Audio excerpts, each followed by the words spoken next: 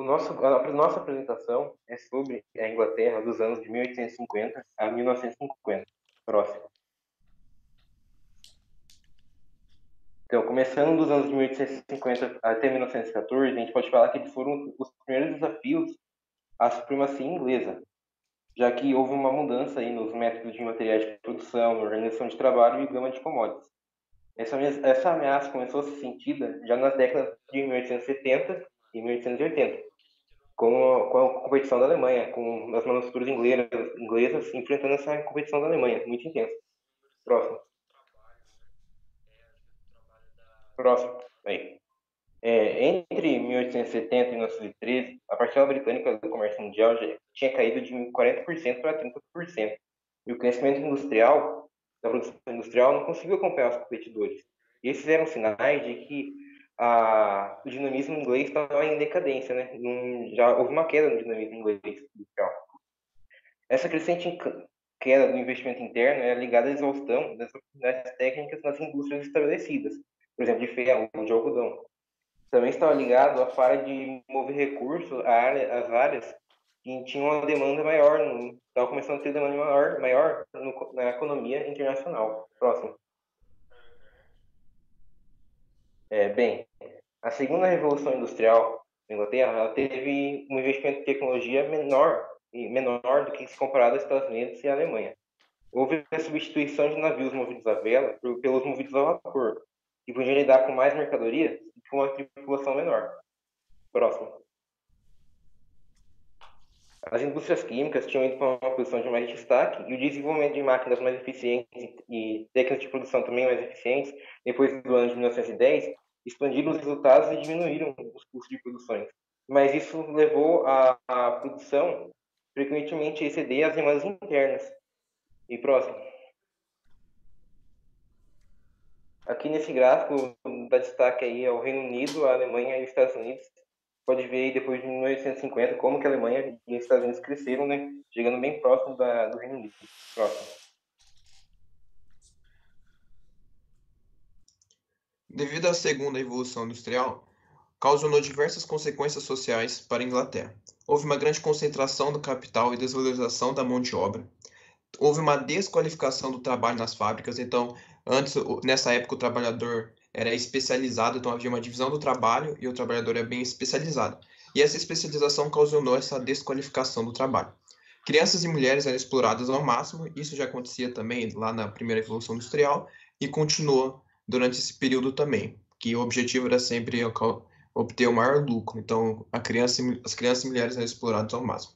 Nessa época também ocorreu o êxodo rural, que os trabalhadores do campo tiveram que ir para as cidades, por conta que durante essa época da segunda evolução industrial, houve um grande desenvolvimento de diversas máquinas, e essas máquinas muitas vezes foram usadas no campo. Então, muitos trabalhadores perderam espaço de trabalho para as máquinas, então tiveram que migrar para as cidades. E essa migração causou uma macrocefalia urbana, que é o crescimento desordenado de uma cidade, gerando desemprego, pobreza e violência. Porque a procura de emprego estava sendo muito maior do que a oferta, então por isso que causou o desemprego, e também os salários eram baixíssimos por conta dessa relação de demanda e oferta. Nessa época também surgiram diversas doenças infecciosas, por conta da aglomeração de muitas pessoas, é muito fácil de transmitir essas doenças. E entre 1853 até 1864, a epidemia de cólera em Londres ceifou mais de 10 mil vidas e mais de 23 mil mortes em toda a Inglaterra. Próximo. Relações comerciais. Boa parte do século XIX, a Inglaterra dominava o comércio industrial. Isso devido por ela ter sido pioneira tanto na primeira Revolução Industrial quanto na segunda, então ela acabava dominando o comércio industrial. Porém, no final desse século, em 1880 até 1913, a participação comercial da Inglaterra caiu para 30%, devido à concorrência com a Alemanha.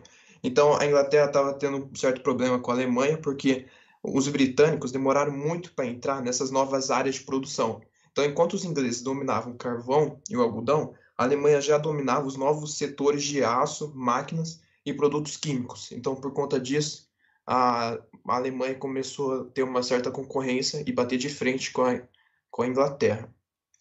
E por conta disso, em 1850 até 1912, houve uma restrição do comércio de bens tradicionais, especialmente têxteis, aumentando a demanda por capital de bens.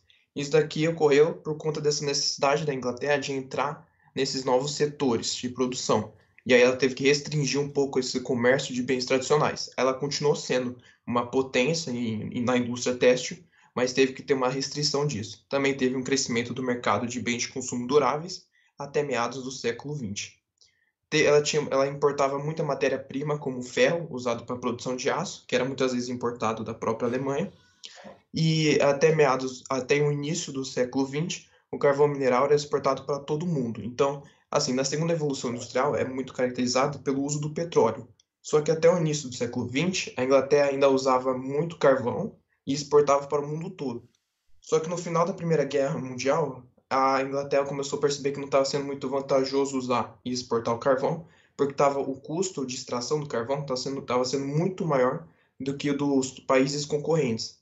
Então ela começou a substituir por derivados do petróleo. Então, no final da Primeira Guerra Mundial, começou a disseminar o uso de derivados do petróleo.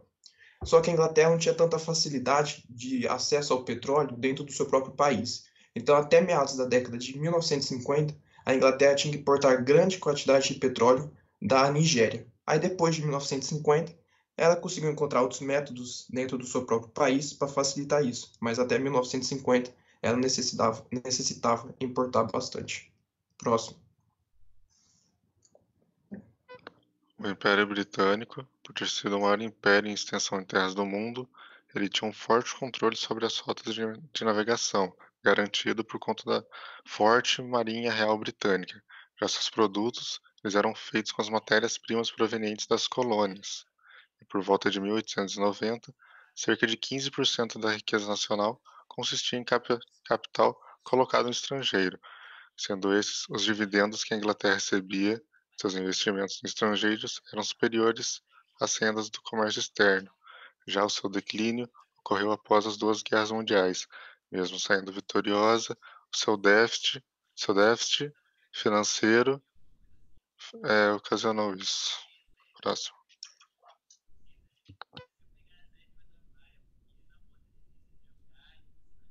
Bom, a Inglaterra na Primeira Guerra Mundial.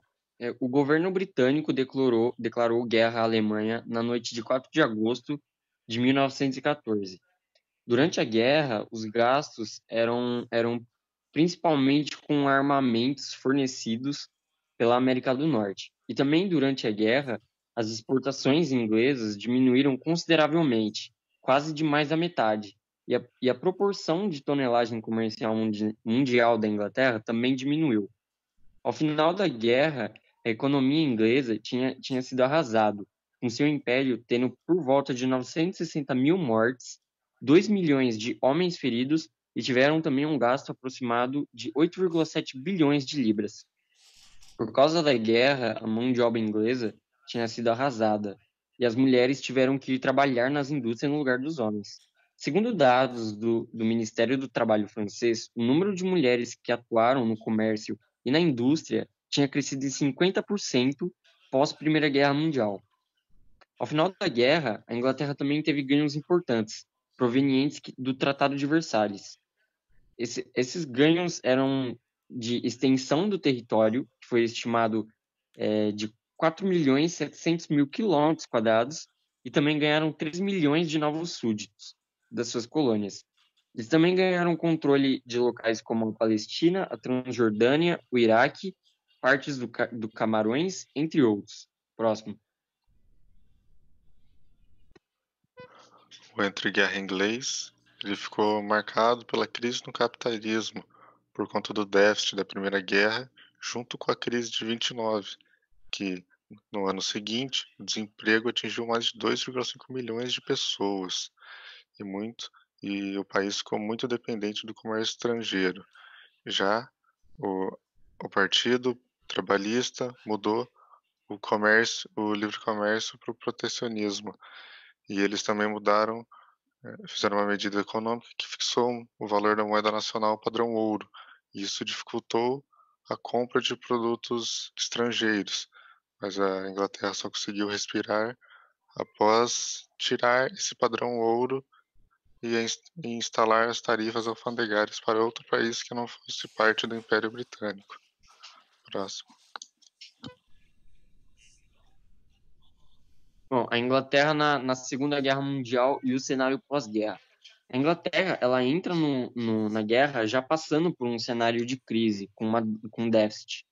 Durante a guerra, os gastos foram estimados de aproximadamente 23,5 bilhões de libras. O governo da época, que era o trabalhista, ele decide implementar medidas de exportação forçado, como meio de recuperar a economia e fugir da crise que eles passavam. Ao final, não deu certo, os rendimentos caíram, as despesas aumentaram e o balanço comercial estimado em 1947 era por volta de menos 226. O cenário era de altas nos preços de produtos de maior necessidade, desemprego, indústrias paradas, inflação em níveis catastróficos e, nesse cenário, apenas os monopolistas conseguiram ter um verdadeiro um aumento na sua produção. O carvão, que era a principal matéria-prima exportada da Inglaterra, ela passou por uma queda na produção, ela passou a ser mais cara. E como no período entre guerras não houve uma modernização no ramo da indústria do carvão, isso reflete depois no que foi chamado de crise do carvão. O cenário demonstrava que a maioria das indústrias, como a do aço laminado, a média dos navios construídos e a exportação dos vagões de ferros, todos apresentavam um déficit pós-Segunda Guerra.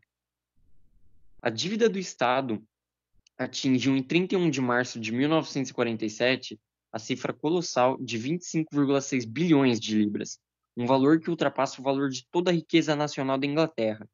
Em 1948, esse déficit chegava a 100 milhões de libras.